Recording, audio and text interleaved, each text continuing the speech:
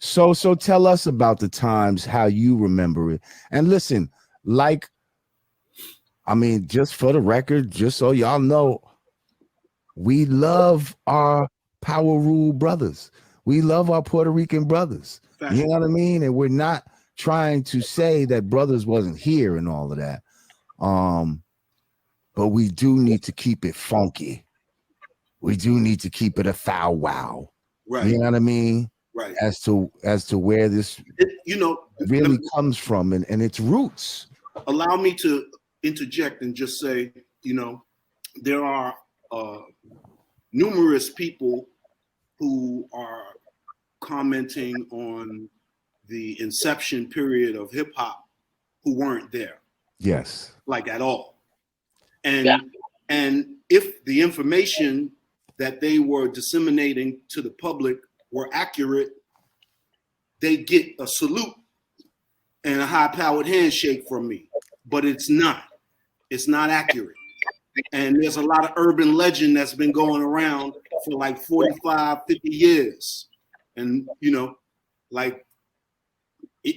me, it needs to stop because this is our history. And if we don't document it right, then there's other people already undermining our history and misdocumenting things and saying that things that were not factual are factual, and they have become factual as a result of years of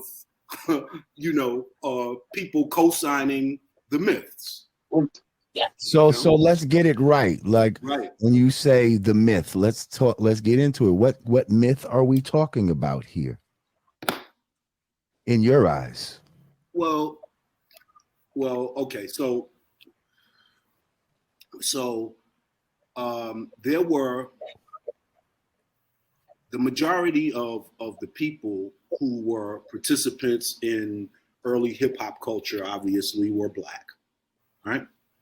And there were sprinkles of Latins, Puerto Ricans mostly. I don't know any Dominicans who were actively involved in. But they could have been because some of them looked like Black, but they just wasn't representing Dominican. But they could have been. Factual. I had two Dominican friends, Cheeky and Herman, that lived across the street, across the hall from me. But they lived across the hall from me before I got involved in hip hop. And then when I got involved in hip hop, they came to the parties every now and then. But they wasn't really fucking. It wasn't their thing, right? It wasn't their thing. They wasn't fucking with it. And I was listening to earlier, to y'all talking, and there was a time when, Blacks and Puerto Ricans didn't rock with each other like that, to the point where, like, even if you were cool with some Puerto Ricans, you were cool with them when they wasn't around their people. Because when they was around their people, you was Cocolo. Exactly. Moreno, Cocolo. Exactly.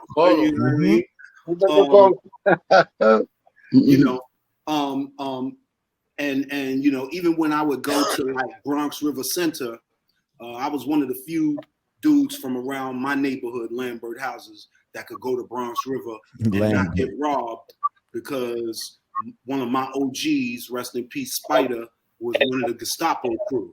And so he held me down, so I never got robbed when I went to Bronx River. So I went to Bronx River and I seen it all. And